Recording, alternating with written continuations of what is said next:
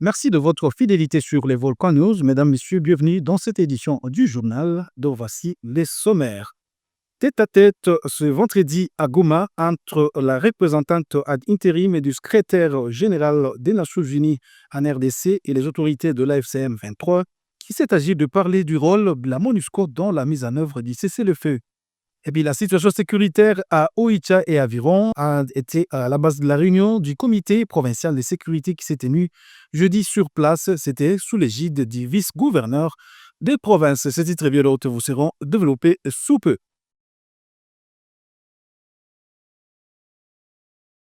Et pour commencer cette édition du journal, arrivé à Goma jeudi, la chef de la MONUSCO a échangé le vendredi 13 février 2026 avec les autorités de l'AFCM 23, dont les coordonnateurs Corneille Nanga.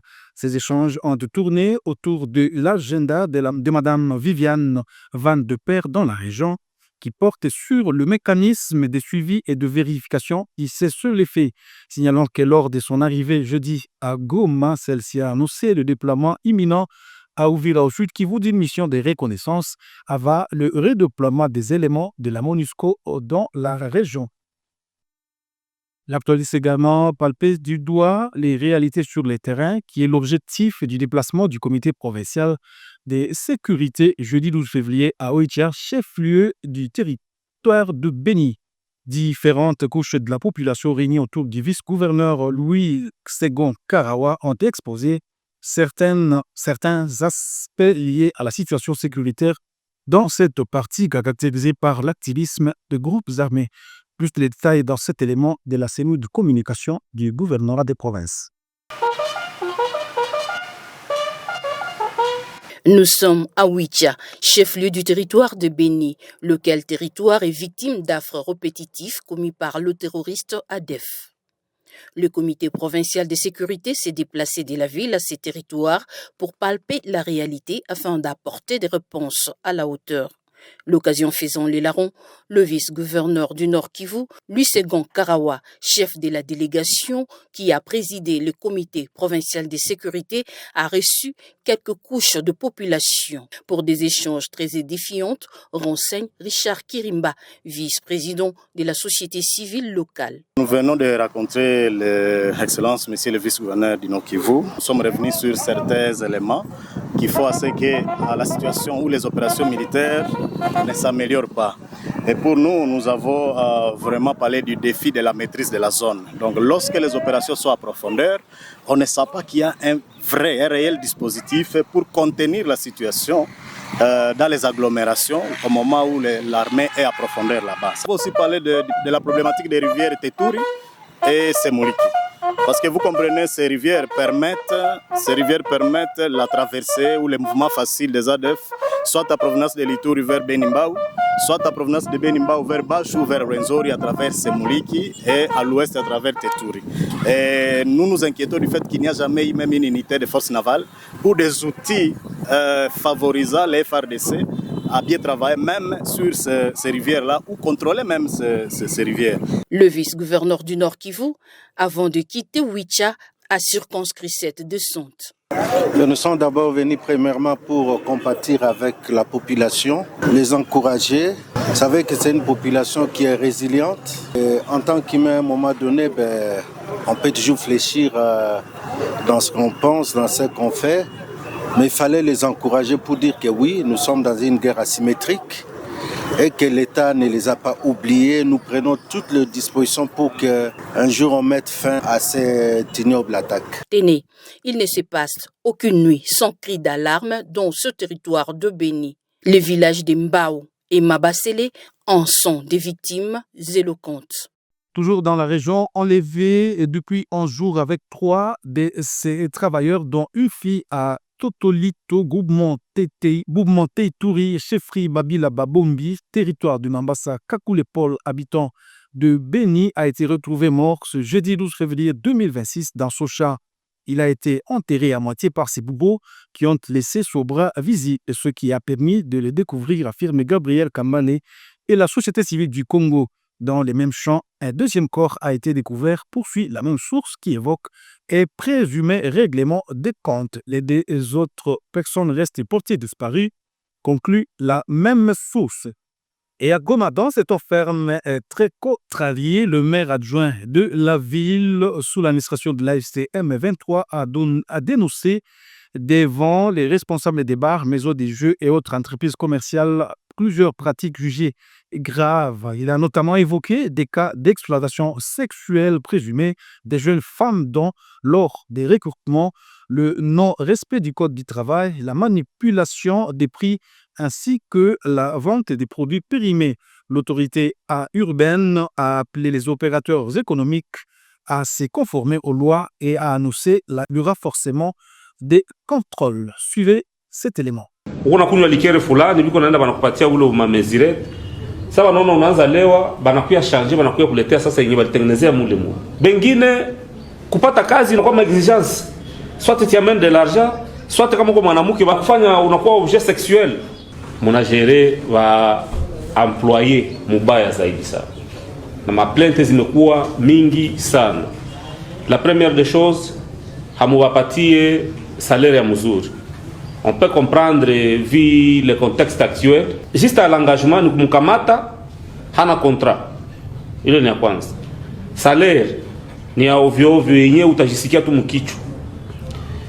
Ukamwambia leo utakupatia par exemple $20. Muingize sasa vile msiingize kesho unaweza mwambia imekuwa $100. Na anaweza tena shituka kesho yake unamwambia tena imekuwa $80. Na asiseme. Shida nyingine kubwa unamtia mkazi leo na unamfukuza saa yenye unajisikia. Un traditionnel sommet annuel des chefs d'État et des gouvernements de l'Union africaine est prévu du 14 au 15 février 2026 à Addis Abeba, la capitale de l'Éthiopie. Ce 39e sommet précédé de plusieurs autres activités, notamment la 48e session ordinaire du Conseil exécutif de l'Union africaine est organisée sous le thème « Assurer une disponibilité durable de l'eau et un assainissement sûr pour atteindre les objectifs de l'agenda 2063. » Durant ces 2 jours, les chefs d'État se concentreront sur la gestion de l'eau, l'insécurité alimentaire, la zone de libre-échange continentale africaine ZLECAf et la sécurité. L'un des temps forts de ces sommets sera la passation de la présidence tournante de l'Union africaine au président burundais Evariste Ndayishimiye qui succédera à son homologue angolais João Lourenço. Cette passation de pouvoir, les crises continentales resteront également au centre de l'attention, en particulier la situation dans l'est de la République démocratique du Congo, en Libye, au Sahel et au Soudan, ainsi que les situations de catastrophes naturelles et d'urgence humanitaire. Conformément aux résolutions de la 1321e réunion du Conseil de paix et de sécurité de l'Union africaine, tenue le 29 décembre 2025, et selon le ministère des Affaires étrangères, de la coopération, de l'intégration africaine et des Togolais de l'extérieur, dirigé par le professeur Robert, le Togo devrait faire le point à Addis Abeba sur sa médiation menée au nom de l'Union africaine dans les conflits des Grands Lacs opposant Kinshasa et Kigali. Ces dernières semaines, le président du Conseil, Faure Gnassingbe, a multiplié les déplacements dans la région, notamment en République démocratique du Congo, au Rwanda, au Burundi et en Ouganda, pour tenter de faire avancer les processus de paix. Bien plus tôt ces sommets et dans le cadre des efforts africains, la République d'Angola a proposé une entrée en vigueur d'un cessez-le-feu entre le gouvernement de la République démocratique du Congo et le groupe armé M23 à partir de midi mercredi 18 février, a annoncé la présidence angolaise. Cette proposition fait suite à une rencontre tenue à Luanda entre le président angolais João Lourenço, le président congolais Félix Tshisekedi, le président togolais Faure Gnassingbe, médiateur de l'Union africaine, et l'ancien président nigérien Olusegun Obasanjo, représentant des anciens chefs d'État désignés par l'Union africaine comme facilitateur du processus de paix en RDC. Selon les communiqués de la présidence angolaise, La date proposée reste conditionnée à une déclaration publique d'acceptation des parties concernées, à savoir Kinshasa et M23, soutenus par le Rwanda. L'Angola précise par ailleurs que l'annonce du début de la phase préparatoire du dialogue intercongolais, appelé à se dérouler à Luanda, interviendra en temps utile.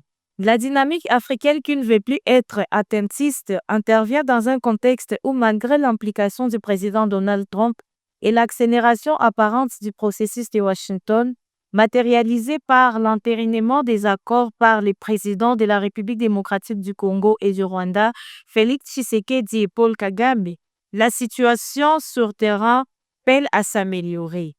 Kinshasa et Kigali ne parviennent pas toujours à parler le même langage et les tensions persistent sur fond d'accusations mutuelles et non-respect des engagements pris dans le cadre des initiatives diplomatiques en cours, en particulier les processus de Washington sous l'égide de l'administration Trump.